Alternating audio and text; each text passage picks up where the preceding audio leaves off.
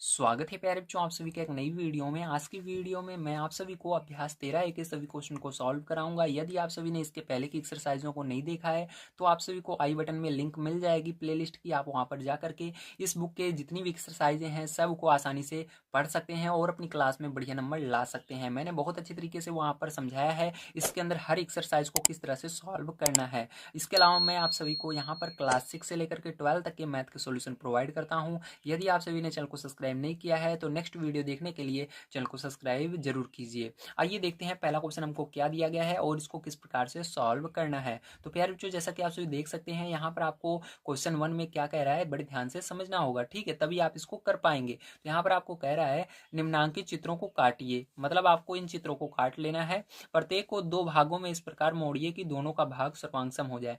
मतलब आपको इसको काट करके मोड़ लेना है, मतलब कहीं पर ना तो ज्यादा बड़ा होना चाहिए ना छोटा। बिल्कुल जैसे ये आपका हाथ है, ये मान लीजिए दो भागों में है, ठीक है, इसको बिल्कुल ऐसे कर देना है, दोनों बराबर दिखना चाहिए। इस तरह से देखिए कहीं से दिख रहा है मेरा हाथ, दूसरा वाला नहीं दिख रहा है ना, बिल्कुल ये सर्वांग है, इसी को कहते हैं। तो आपको इसको भी सेम क्या करना है, इसी तरह से काटना है, बिल्कुल आधे पर से मोड़ लेना है, ठीक है।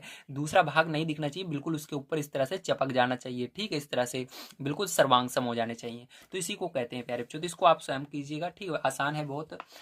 अब देखिए यहाँ पर सेकंड नंबर क्वेश्चन प्यारे बच्चों क्या दिया गया, आइए देखते हैं। तो दिया गया है नीचे बने चित्रों को यदि बिंदुदार रेखाओं पर दो भागों में मोड़ा जाए तो प्रत्येक के दोनों भाग सर्वांगसम हैं या नहीं। अपनी अभ्यास पुस्तिका में प्रत्येक के समक्ष हाँ या नहीं में उत्तर लिखिए। मतलब अगर आप इसको इतने पर से, जो ये बिंदु बना हुआ है, इतने पर से मोड़ेंगे, उस साइड इधर से इधर मोड़ेंगे या इधर से उधर मोड़ेंगे, तो क्या ये दोनों बराबर होंगे? बिल्कुल ऐसे जैसे मैंने हाथ दिखाया था ऐसे बिल्कुल इसके ऊपर जुड़ जाएंगे, दिखेंगे नहीं, ठीक, उस तरफ वाला दिखेगा नहीं। जैसे देखिए इधर वाला हाथ से उस तरफ वाला हाथ नहीं दिख रहा। अगर दिख रहा है जैसे ये दिख रहा है ऐसे थोड़ा बहुत इधर उधर निकला रहेगा तो आपको इसके अंदर नहीं लिखना है। अगर बिल्कुल ऐसे सर्वांगसम हो जाएगा, नहीं दिखेगा, ठीक है, जैसे मेरा हाथ है देखिए नहीं दिख रहा है, तो आपको हाँ लिखना है। अगर ऐसे थोड़ा बहुत निकला हुआ है दूसरा वाला तो आपको नहीं लिखना है, ठीक है। तो चलिए इसको देखते हैं। तो देखिए प्यारे बच्चों यहाँ पर आपका क्या है, यहाँ पर जैसा कि आप सभी देख सकते हैं प्यारे बच्चों, यहाँ पर देखिए आपको बिल्कुल बीच में है, ठीक है। जब बिल्कुल बीच में रहेगा तो ये नहीं निकलेगा, क्योंकि ये देखिए चारों तरफ से भुजा इसकी बराबर है और ये बिल्कुल बीच में लाइन है। तो इसके अंदर क्या होगा, ये सर्वांगसम है, इसलिए क्या लिखना होगा प्यारे बच्चों, यहाँ पर हाँ लिखना है। क्या लिखना है आपको, हाँ लिख देना है, ठीक है। तो यहाँ पर आपको हाँ लिखना है। अब देखिए प्यारे बच्चों यहाँ पर देखिए ये तो ये जो आपको चित्र बना हुआ है इसके अंदर देखिए ये लाइन जो है बीच में नहीं है, इसलिए क्या होगा, इसको जब आप मोड़ेंगे तो ये वाला नीचे वाला भाग दिखता रहेगा इसका, ठीक है। इसलिए सर्वांगसम नहीं है, इसलिए यहाँ पर नहीं लिख देना है। अब देखिए प्यार, जो ये वाला जो है यहाँ पर बिल्कुल बीच से ये लाइन खींची गई है, ठीक, इसके बिल्कुल बीच से खींची गई है। तो प्यार जो इसके अंदर क्या लिखना है आपको, हाँ लिख देना है। क्या लिखना है, हाँ लिख देना है, ठीक है। अब देखिए प्यार जो इसके अंदर फोन नंबर का, तो ये वाला भी बिल्कुल बीच से खींचा गया है, तो इसके अंदर भी हाँ लिख देना है। अब देखिए प्यार जो ये वाला जो है इसके अंदर देखिए ये वाली ज्यादा बड़ी भुजा है और ये वाली छोटी सी है, देख सकते हो आपसे। एक सेकंड, आपको दिख नहीं रहा है क्या, मैं थोड़ा ऊपर कर लेता हूँ, हाँ अब दिख रहा होगा। देखिए ये वाली ज्यादा बड़ी भुजा है प्यारे बच्चों और ये वाली छोटी सी है, ठीक है। तो यहाँ पर ये इसको जब आप मोड़ोगे इसके ऊपर तो ये यहीं तक आएगा, ये थोड़ा सा नीचे का भाग इसका दिखता रहेगा, ठीक है। तो इसलिए प्यारे बच्चों ये सर्वांगसम नहीं है, दोनों साइड बराबर होनी चाहिए, ठीक है। ये जो है यहाँ पर गया हुआ ये इधर का घर रहना चाहिए, टेढ़ा की लाइन खींची गई है, ये अगर इधर की खींची होती तो ये बिल्कुल इसके ऊपर जुड़ जाता, दिखाई नहीं देता मोड़ने पर, है ना। तो इसके अंदर नहीं कर देना है प्यारे बच्चों, ठीक है। अब देखिए प्यारे बच्चों इसको देखते हैं हम अपना, ठीक है। अब देखिए जैसा कि प्यारे बच्चों आप सभी देख सकते हैं यहाँ पर आपके ये दो क्वेश्चन है, ठीक, 6 नंबर वाला और 7 नंबर वाला, ठीक है। अब देखिए ध्यान से देखिएगा, ये वाला देखिए ये वाला तो बिल्कुल बराबर है, ठीक है, जितनी इधर जगह है उतने इधर भी है, ठीक, बिल्कुल बीच से ये लाइन भी खींची गई है। तो इसके अंदर प्यार बच्चों क्या करेंगे आप, 6 नंबर में हाँ लिखेंगे। और 7 नंबर वाला अगर ध्यान से प्यार बच्चों देखो आप, तो इधर देखिए ज्यादा बड़ा है, ठीक है, इधर देखिए ज्यादा बड़ा दूरी दिख रही है। देखिए मैं हाथ से नाप के दिखाता हूँ, चलिए इस ख्याल से नाप लेते हैं तो आपको, ताकि पूरा दिख जाए। देखिए यहाँ पर 0 से कितना सेंटीमीटर है, यहाँ पर 0 से अगर बीच में हम ले जाए तो ये आपका 2 के लमसम है, ठीक, 2 से 2.2, ठीक। अब इधर ले जाते हैं प्यार जो देखिए ये 2 से बहुत छोटा है, देखिए वहां पर 2 जा रहा है, ठीक है, 0 से, तो ये इसका मतलब प्यार जो ये बराबर नहीं है, ठीक है। तो आपका यहाँ पर नहीं लिख देना है। अगर आपको समझ में ना आए तो ऐसे स्केल से आप नाप सकते हो, ठीक है। तो प्यार जो ये हो गया आपका। तो उम्मीद है प्यार जो आपको समझ में आया होगा सेकंड नंबर क्वेश्चन। चलिए इसके बाद अब देखते हैं अपना थर्ड नंबर का क्वेश्चन। तो देखिए प्यार जो यहाँ पर जैसा कि आप सभी देख सकते हैं आपका ये क्वेश्चन नंबर 3 दिया गया है। क्या दिया गया ये पढ़ लेते हैं। निम्नलिखित त्रिभुजों को उनके कोणों के आधार पर वर्गीकृत कीजिए, मतलब आपको कोण के आधार पर वर्गीकृत करना है। ठीक है, तो देखिए यहाँ पर आप कैसे समझेंगे, ध्यान समझिएगा। यहाँ पर आप जैसा कि देख सकते हैं, आपका 28 अंश ये कोण होते हैं, 28 अंश, 120 अंश, 32 अंश। ठीक है, तो यहाँ पर प्यारे बच्चों कोणों के आधार पर क्या करना है, इसके नाम को आपको लिखना है। ठीक है, तो यहाँ पर प्यारे बच्चों देखिए, अब यहाँ पर मैं आपको सारी चीजें लिख कर समझा देता हूँ। तो यहाँ पर जैसा कि आप सभी देख सकते हैं, ये जो बीच वाला कोण है प्यारे बच्चों, इसका क्या है, 120 अंश का है। ठीक है, अब ये कोण के आधार पर क्या होगा, अब आइए इसको समझते हैं हम कॉपी पर चल करके। तो देखिए प्यारे बच्चों, जब आपका यहाँ पर कोई सा भी कोण 120 रहे, ठीक है, ध्यान रखिएगा, जब भी आपका कोण कोई सा 90 से ज्यादा का रहे, ठीक है, 90 से ज्यादा का रहे, तो उसे हम क्या कहते हैं, अधिक कोण कहते हैं। ठीक है, 90 से ज्यादा और 180 से कम रहना चाहिए। ठीक है, कितना रहना चाहिए, 90 से ज्यादा होना चाहिए और 180 से कम होना चाहिए, तो उसको क्या कहेंगे, अधिक कोण कहेंगे। अब चलिए हम देखते हैं। तो ये जो त्रिभुज होगा, इसके अंदर आपको लिख देना है अधिक कोण त्रिभुज है। क्यों, क्योंकि मैंने आपको बताया, इस जब कोई सा भी कोण 180 से कम और 90 से ज्यादा होता है, या सीधी सी बात 90 से ज्यादा रहना चाहिए और 180 से कम रहना चाहिए। ठीक, तो उसको क्या कहते हैं, अधिक कोण त्रिभुज कहते हैं। यहाँ पर देखिए, ये जो इसका एक कोण है वो क्या है, इसके अंदर 90 से ज्यादा है और 180 से कम है, इसलिए क्या होगा, आपका अधिक कोण त्रिभुज होगा। ठीक है, चलिए इसके सेकंड नंबर त्रिभुज पर चलते हैं, उसको समझते हैं वो कौन सा त्रिभुज आपका है। तो देखिए, ये सेकंड नंबर का जो आपका त्रिभुज है, ये होगा न्यून कोण त्रिभुज। कौन सा त्रिभुज होगा, न्यून कोण त्रिभुज। तो न्यून कोण त्रिभुज किसे कहते हैं, ध्यान से समझिएगा। ऐसा त्रिभुज, तो इसको मैं लिख देता हूँ संकेत में, ऐसा त्रिभुज, ठीक है, इसके अंदर होगा अधिक कोण त्रिभुज में जो 90 से, ठीक है, 90 से अधिक होना चाहिए। ठीक है, बी जो है ये क्या है, 90 से अधिक है और ये 180 से छोटा है। ठीक, इस तरह से लिखेंगे, मतलब देखिए जिधर का मुख खुला रहेगा वो बड़ा है, तो 90 से अगर ज्यादा रहेगा, ठीक है, यहाँ पर देखिए 90 से क्या है, ये बी वाला कोण ज्यादा है और 180 से छोटा है। ठीक है, तो इसको क्या कहेंगे, अधिक कोण त्रिभुज कहेंगे। इसी तरह से आपका जब यहाँ पर न्यून कोण त्रिभुज तब होता है, ठीक है, ये क्या होगा, आपका न्यून कोण त्रिभुज होगा। आपको सबसे पहले लिख लेना है न्यून कोण त्रिभुज। ठीक है, तो न्यून कोण त्रिभुज तब कहलाता है जब, ठीक है, कोई इसके कोई सा भी कोण जो हो वो क्या होना चाहिए, 0 से ज्यादा होना चाहिए और 90 से कम होना चाहिए। तो इसके अंदर अगर कोई सा भी आप कोण ले लोगे, जो एक उठा लो सिंपली, तो यहाँ पर हमने ये वाला उठाया, तो यहाँ पर आप कोई सा भी उठा दोगे, सब सेम है। तो यहाँ पर आप इसको ले लो या इसको ले लो, इसको 80 को ले लेते हैं हम।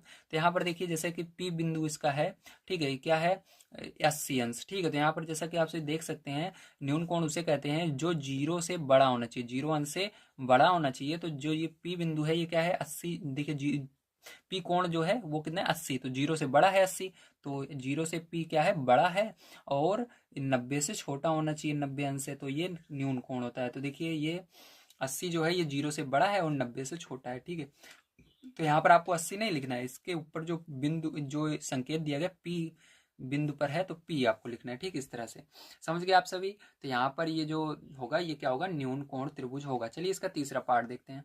तो देखिए, ये जो आपको थर्ड नंबर का क्वेश्चन, थर्ड नंबर का पार्ट है, इसके अंदर ये जो त्रिभुज बना हुआ है, ये समकोण त्रिभुज कहलाएगा। कौन सा त्रिभुज कहलाएगा, आपका समकोण त्रिभुज कहलाएगा। ठीक है, तो समकोण त्रिभुज किसे कहते हैं, आपको इसको भी समझना होगा।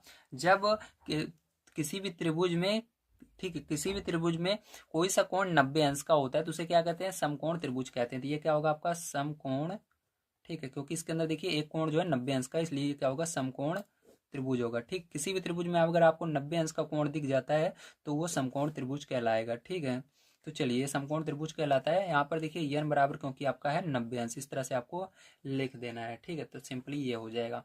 तो उम्मीद है आप सभी को समझ में आया होगा किस तरह से आपको तीसरा नंबर क्वेश्चन सॉल्व करना था। चलिए इसके बाद देखते हैं हम अपना 4 नंबर क्वेश्चन किस तरह से होगा। तो देखिए 4 नंबर क्वेश्चन आप सभी को दिया गया है, निम्नलिखित त्रिभुजों को उनके भुजाओं के आधार पर वर्गीकृत कीजिए। ठीक है, इनकी भुजाओं के आधार पर इसको वर्गीकृत करना है। अब देखिए ध्यान समझिएगा, भुजा के आधार पर देखिए, इसके अंदर दो भुजा बराबर है, 3 सेंटीमीटर 3 सेंटीमीटर। ठीक है, जब दो भुजाएं बराबर होती हैं तो उसको समद्विबाहु त्रिभुज कहते हैं। ठीक है, जब दो भुजाएं बराबर हो तो उसको क्या कहेंगे, समद्विबाहु त्रिभुज कहेंगे। तो यहाँ पर आपका पहला हो जाएगा समद्विबाहु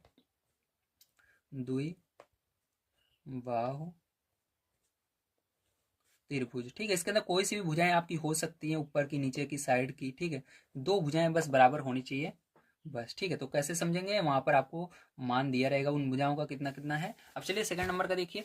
तो सेकंड नंबर में देखिए यहाँ पर 3 सेंटीमीटर, 4 सेंटीमीटर, 2.6, कोई सी भी इसके अंदर बराबर नहीं है दो भुजा। तो जब ऐसे कंडीशन आए कोई सी भी दो भुजा बराबर ना रहे, सब अलग अलग मान रहे, तो यहाँ पर वो होता है विषम बाहु त्रिभुज। ठीक, सब अलग अलग मान रहेंगे तो उसको क्या बोलेंगे हम, विषम बाहु त्रिभुज बोलेंगे। ठीक है, याद रखिएगा, विषम बाहु त्रिभुज। तो सेकंड नंबर का जो है वो क्या है, विषम बाहु त्रिभुज है आपका।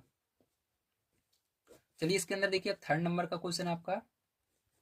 तो देखिए थर्ड नंबर क्वेश्चन इसके अंदर देखिए 3 सेंटीमीटर, 3.5 सेंटीमीटर, 2 सेंटीमीटर, तो इसके अंदर भी सभी अलग अलग हैं, तो इसको भी क्या कहेंगे, विषम बाहु त्रिभुज कहेंगे। ठीक है, तो यहाँ पर विषम बाहु त्रिभुज। ठीक है, चलिए इसके अंदर देखते हैं 4 नंबर का पार्ट किस तरह से करना है। तो 4 नंबर का पार्ट जैसा कि आप सभी देख सकते हैं यहाँ पर 3 सेंटीमीटर, 3 सेंटीमीटर, सभी भुजाएं बराबर हैं। जब सभी भुजाएं बराबर रहती है उसको समबाहु त्रिभुज बोलते हैं। ठीक, सभी भुजाएं बराबर रहती हैं तो उसको समबाहु त्रिभुज बोलते हैं। ठीक है, तो ये हो गया। ठीक है, अब चलिए इसके बाद देखते हैं 5 नंबर क्वेश्चन हमको क्या दिया गया। तो दिया गया नीचे दो रेखाखंड दिए गए हैं, देख सकते हैं, ये पहला है ये दूसरा है। ठीक है, दोनों रेखाखंड सर्वांगसम है, मतलब दोनों बिल्कुल सेम है, एक जैसे हैं, बराबर हैं। यदि ए बी बराबर 4.5, अगर ये ए बी जो है 4.5 है तो सी डी की लंबाई कितनी होगी, तो इसकी लंबाई बताओ। तो दोनों बराबर हैं, ये कह रहा है दोनों बराबर हैं, सर्वांगसम है, मतलब दोनों एक जैसे हैं, बिल्कुल बराबर हैं। तो ये 4.5 का ये वाला है, तो ये भी क्या हो जाएगा, 4.5 का हो जाएगा। तो इसके अंदर आंसर क्या हो जाएगा 5 में आपका। तो यहाँ पर आपको लिख लेना है 5 में आपका जो आंसर आएगा वो सी डी बराबर सेम वही आ जाएगा जो ए बी का है। तो सी डी बराबर होगा किसके, ए बी के। तो ए बी जितना है उतना सी डी भी होगा। कितना होगा, 4.5 है ना, है दिया गया 4.5 सेमी। तो ये आपका आंसर होगा। ठीक है, बहुत आसान था। चलिए 6 नंबर क्वेश्चन देखिए। दिया गया चित्र में ए बी सी डी एक रेखा पर स्थित बिंदु है। देखिए ए बी सी डी ये रेखा है, इस पर स्थित बिंदु है। रेखाखंड सी ए, रेखाखंड बी डी। तो रेखाखंड देखिए ये क्या करें, सी ए और बी डी बराबर है, सी ए जितना है उतना बी डी है। ठीक है, तो रेखाखंड सी बी, तो आपको सी बी यहाँ तक दूरी बतानी है, और ए डी, ए से लेकर यहाँ तक की दूरी बराबर है या नहीं, तो बताना है क्या ये, अगर ये दोनों बराबर हैं इतना इतना, तो क्या यहाँ से सी से लेकर बी तक और ए से लेकर डी तक की दूरी बराबर होगी, तो हाँ बिल्कुल होगी। ठीक है, क्या होगी, बिल्कुल ये बराबर दूरी होगी, ध्यान रखिएगा यहाँ पर। तो आपको लिख देना है 6 में हाँ। ठीक है, यहाँ पर हाँ लिखने के बाद आप लिखेंगे सी बी बराबर, ठीक है, हाँ कॉमा लगाकर सी बी बराबर होगा किसके, ए डी के। ठीक है, इस तरह से। चलिए इसके अंदर 7 नंबर क्वेश्चन हम देख लेते हैं हमारा क्या दिया गया और उसको किस तरह से करना है इसको भी समझ लेते हैं। तो 7 नंबर क्वेश्चन आप सभी को दिया गया, नीचे बने चित्र में कोण ए ओ बी, तो ए ओ बी यहाँ से लेकर के यहाँ तक का कोण का बात किया जा रहा है। उसके बाद बराबर है सी ओ डी, सी ओ डी, ये जो कोण है इतना, ये बराबर है सी ओ डी के। ठीक है, इस ये वाला इतना कोण इस वाले कोण के बराबर है।